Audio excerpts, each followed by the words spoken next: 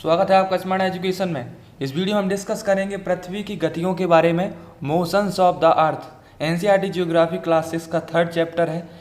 Exam point of view से बहुत important chapter है। इससे रिलेटेड क्वेश्चन एग्जाम में आ ही जाते हैं। सबसे पहले हम समझ लेते हैं कि पृथ्वी की कितने प्रकार से गति करती है। पृथ्वी प्रमुख रूप से 2 प्रकार से गति करती है। एक तो अपने अक्ष पर घूमकर गति करती है, इसे हम घूर्णन गति कहते हैं, और दूसरी गति है जिसे हम परिक्रमण गति कहते हैं। पृथ्वी सूरज के चारों ओर घूमती है, जिसे हम परिक्रमण गति कहते हैं। इन दोनों गतियों के बारे में हम और डिस्कस करेंगे आगे।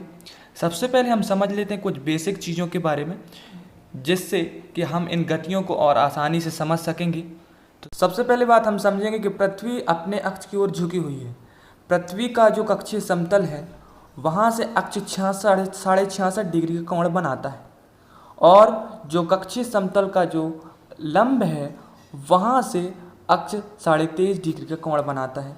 कक्षीय समतल का मतलब ये है कि पृथ्वी सूर्य के चारों ओर परिक्रमा करती है, तो एक निश्चित कक्षा पर करती है, एक निश्चित ऑर्बिट पर करती है। उस ऑर्बिट का जो प्लेन है, उसी को हम कक्षीय समतल कहते हैं। तो कक्षीय समतल से अक्ष 66.5 डिग्री का कोण बनाती है, और वहीं जो इस कक्षीय समतल पर अगर हम लंब करेंगे, यानी कि 90 डिग्री का कोण से करते हुए एक लाइन ड्रॉ करेंगे, तो वहाँ उस लाइन से 23.5 डिग्री का कोण बनाती है, और पृथ्वी के समतली कक्ष से 66.5 डिग्री का कोण बनाती है। तो दोनों कोण को आप ध्यान रखेंगे किस तरह से 2 अलग अलग कोण हैं।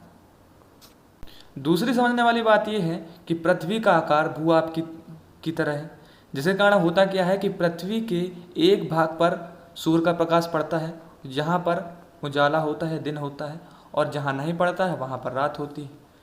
इन दिन और रात को अलग करने वाले जो बीच का जो व्रत है, बीच की जो लाइन है, इसे हम प्रदीप्ति व्रत कहते हैं। इंग्लिश में इसे सर्कल ऑफ इल्यूमिनेशन कहते हैं। 2 चीज़ समझी कि पृथ्वी अपने अक्ष की ओर झुकी हुई है, जो कि पृथ्वी का कक्षीय समतल से 66.5 डिग्री का कोण बनाती है, और वहीं पृथ्वी के कक्षीय समतल पर जो लंब है, वहाँ से ये 23.5 डिग्री का कोण बनाती है।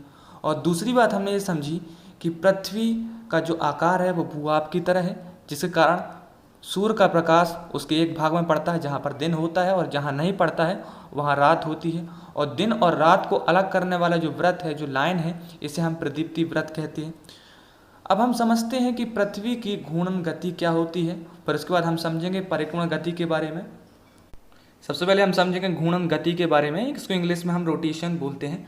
इसके अन्य नाम भी है, जैसे इसे परिभ्रमण कहते हैं, दैनिक गति और पृथ्वी दिन। दैनिक गति इसीलिए बोलते हैं क्योंकि दिन रात की जो परिघटना घटती है वो पृथ्वी के घूर्णन गति के कारण घटती है। अब पृथ्वी को एक चक्कर लगाने में कितना समय लगता है? लगभग 24 घंटे का समय लगता है। लेकिन अगर हम एग्जैक्ट टाइम बताएं तो इसको समय लगता है 23 घंटे 56 मिनट 4 सेकेंड का समय लगता है। और तीसरी सबसे महत्वपूर्ण बात जानने की ये है कि इसका महत्व क्या है।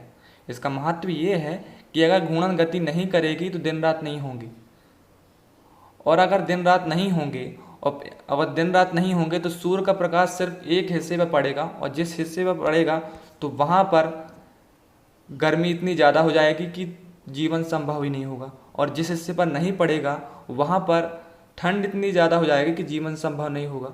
तो इसी तरह से दिन रात का होना बहुत ज़रूरी है। जीवन इसीलिए संभव हो पाया है क्योंकि यहाँ पृथ्वी में दिन रात होती है, और दिन रात का जो होने का कारण ये है कि पृथ्वी का अपने अक्ष पर घूमना। घूर्णन गति के बाद जो पृथ्वी की दूसरी महत्वपूर्ण गति है, जिसे हम परिक्रमण गति कहते हैं। पृथ्वी का सूर्य के चारों ओर एक निश्चित कक्षा पर चक्कर लगाना ही परिक्रमण गति कहलाता है। इसको हम अन्य नामों से भी जानते हैं, इसे हम वार्षिक गति भी कहते हैं। एक परिक्रमण पूरा करने में पृथ्वी को 365 दिन 6 घंटे का समय लगता है, लेकिन अपनी सुविधा के लिए हम 6 घंटों को छोड़ देते हैं, सिर्फ 365 दिन मानते हैं। अब यही 6 घंटे 4 सालों तक हम जोड़ते जाते हैं, और फिर हम लीप ईयर यानी अधिवर्ष के समय का जो वर्ष होता है उस पर हम 366 दिन मान लेते हैं। यानी कि अगर हम 6 घंटों को 4 साल तक जोड़ते जाएंगे तो 6 का गुणा 4 में करेंगे तो कितना आएगा? 24 घंटे, और 24 घंटे का एक दिन होता है, और एक दिन को हम जोड़ देते हैं फरवरी के 29वें दिन के रूप में, क्योंकि सामान्य वर्ष में फरवरी के 28 दिन होते हैं और लीप ईयर में फरवरी के 29 दिन हो जाते हैं।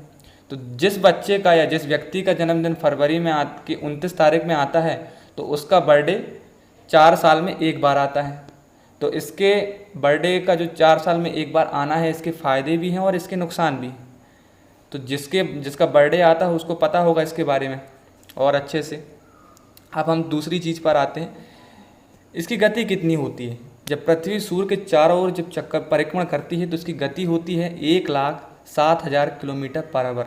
बहुत ज़्यादा है, 1,07,000 किलोमीटर पर आवर लगभग है।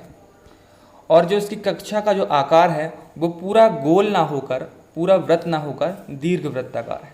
ठीक है ना, दीर्घवृत्ताकार है। और परिक्रमण का महत्व क्या है, जब पृथ्वी सूर्य के चारों ओर जब परिक्रमण करती है तो उसका सबसे बड़ा महत्व है कि ऋतु में परिवर्तन, जो मौसम बदलते हैं, जो ऋतु बदलती हैं, जो ऋतुएं बदलती हैं, सर्दी गर्मी वसंत ऋतु, तो ये सब परिक्रमण गति के कारण होता है। जो दिन रात का छोटा बड़ा होना, कि गर्मियों के दिनों में दिन बड़ा होता है और ठंडी के दिनों में दिन छोटा होता है, तो ये सारी परिघटनाएं परिक्रमण गति के कारण होती है। और यहाँ पर अधिवर्ष को हम इंग्लिश में लीप ईयर कहते हैं और 366 दिन का लीप ईयर होता है। जैसे 2020 लीप ईयर है और अगला लीप ईयर कब आएगा, 2024 में।